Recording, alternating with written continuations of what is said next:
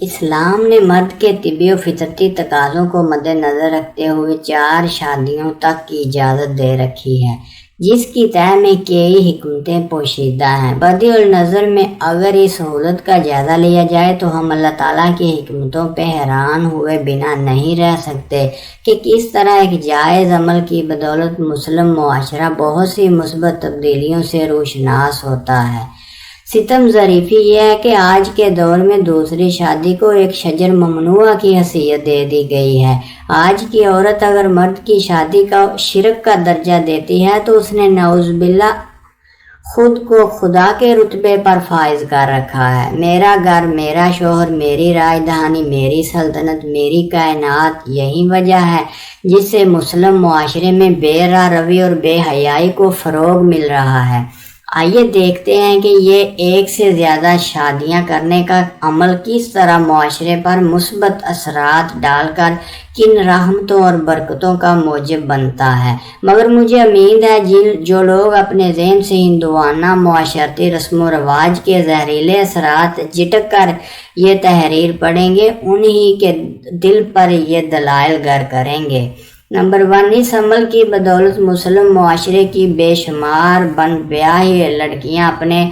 والدین کے گھر میں اپنے بالوں میں چاندی کے تار نہیں اترتے دیکھتی، نہ ہی والدین راتوں کو اپنی بچیوں کے مستقبل کے بارے میں فکر مند رہ کر جاگتے ہیں۔ ذات باری تعالیٰ کی دی گئی اس چھوٹ سے لڑکی اور ان کے ولی کے سامنے رشتوں کی کثرت کے باعث انہیں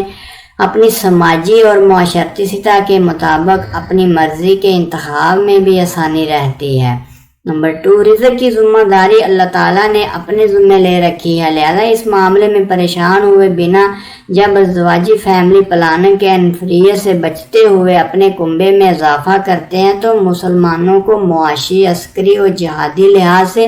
مزید افرادی قوت میسر آتی ہے۔ دوسری شادی سے شوہر کی آمدنی تقسیم ہونے کا ڈر رکھنے والیاں پھر بچے بھی پیدا نہ کریں۔ صحابہ کرام تو اصلت اور تنگی کی حالت میں بھی دوسری، تیسری اور چوتھی شادی کر کے متعلقہ اور بیواؤں کا سہارا بنتے تھے، اور آج کے دور میں تو اوسط درجے کے غریب کے گھر بھی ہفتے میں کئی بار تازہ سالن اور مرغی بن جاتی ہے۔ یہاں پھر بھی یہی مثال صادق آتی ہے کہ عورت ہی عورت کی سب سے بڑی دشمن ہوتی ہے۔ دوسری شادی کی مخالفت بہنیں خود غرض بن کر دوسری بہنوں کا دکھ سمجھتے ہوئے بھی جان بوجھ کر انجان بنتی ہیں۔ نمبر 3، اسلام بھی ایک وقت پر 2، 3 یا 4 بیویوں کی کفالت کا بوجھ مرد پر ڈال کر گویا عورت کو وہ احساس تحفظ فراہم کرتا ہے جو وہ اپنی ضروریات کی تکمیل کے لیے نوکری یا کاروبار کرتے ہوئے بھی حاصل نہیں کر سکتی۔ نمبر 4، تمام دنیا میں عورتوں کی تعداد کا تناسب مردوں سے زیادہ ہے۔ اگر عورتوں کی پیدائش کا تناسب کم ہو تب بھی مرد حضرات مختلف حادثات جیسے ایکسیڈنٹ، بم دھماکوں، جنگوں اور ٹارگٹ کلنگ کا شکار ہو کر زیادہ تعداد میں ہلاک ہوتے ہیں۔ بچ جانے والے مردوں میں سے کچھ فیصد مختلف وجوہات کی بنا پر ہیروئن، شراب، چرس جیسے نشوں کے عادی ہونے کے باعث عورت کی کفالت کرنے کے قابل نہیں رہتے، کیونکہ نشہ اور دیگر بری عادات میں مبتلا مرد عورت کے نان نفقہ کی ذمہ داری ادا کرنے سے قاصر ہوتے ہیں۔ بالفرض محال اگر ان کی شادی ہو بھی جائے تب بھی اپنی لاپرواہی، آوارگی اور غیر ذمہ دارانہ رویے کی بدولت ایسی شادیوں کا انجام اکثر و بیشتر طلاق ہی نکلتا ہے، جس کا مطلب عورت کا پھر سے بے گھر و بے سہارا ہو جانا۔ جو مرد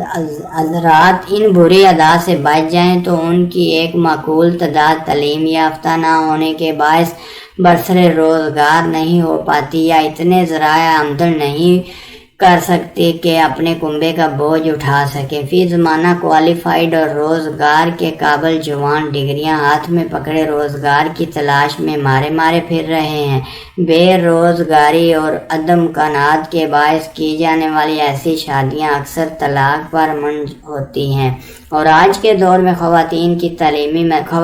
تعلیمی میدان میں مردوں پر برتری اور ملازمتوں پر قبضہ کے باعث مردوں میں بے روزگاری کی شرح میں تیزی سے مزید اضافہ ہو رہا ہے۔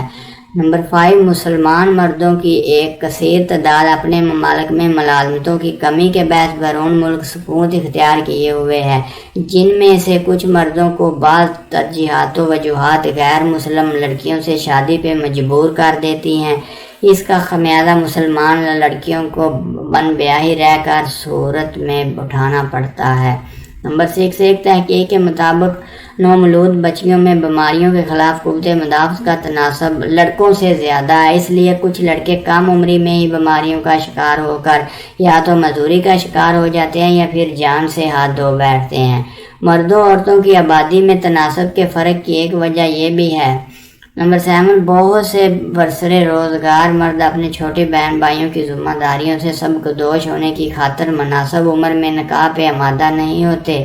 یا ایک طویل عرصہ شادی کرنے سے اجتناب کرتے ہیں، جس کا نقصان ان کی ہم عمر بچیاں اٹھاتی ہیں۔ مردوں میں مردانہ کمزوری کا مرض اس بے حیائی اور فحاشی کے دور میں تیزی سے بڑھ رہا ہے، کیونکہ نشے یا بے راہ روی کا شکار اکثر مرد جنسی قوت سے عاری ہو جاتے ہیں۔ یہ بات موجودہ دور میں طلاق کے واقعات میں اضافے کا ایک بڑا سبب ہے، جس کی وجہ سے ایسی مسلمان لڑکیاں دوبارہ اپنے والدین کی دہلیز پہ آ بیٹھتی ہیں۔ 9، ہر مرد فطرتاً عاشق مزاج ہوتا ہے۔ عورت کے معاملے میں اللہ نے مرد کو ورائٹی پسند رکھا ہے، تبھی اس کی فطرت کے حساب سے اللہ نے اسے جنت میں 70 حوروں کا ترغیب دے رکھی ہے، جبکہ عورت کو بناؤ سنگار سے فطرتی رغبت کی بنا پر زیور کپڑوں وغیرہ کا یہ ایک بیوی رکھنے کا نقصان ہے کہ بسا اوقات اکتاہٹ کی بنا پر دونوں بڑھاپے میں ایک دوسرے کی شکل تک دیکھنے کے روادار نہیں ہوتے۔ ان سے حقائق کو سامنے رکھ کر یہ تجزیہ کرنا مشکل نہیں کہ مسلم معاشروں میں مسلم بچیوں کی ایک کثیر تعداد مناسب رشتوں کی عدم دستیابی کے باعث سخت پریشانی کا شکار ہے۔ گرل فرینڈ کلچر نے مرد کے لیے ناجائز راستوں پر چلنے کے مواقع آسان کر دیے ہیں، کیونکہ اس صورت میں مرد کو نان فقے جیسا بوجھ گلے میں نہیں ڈالنا پڑتا۔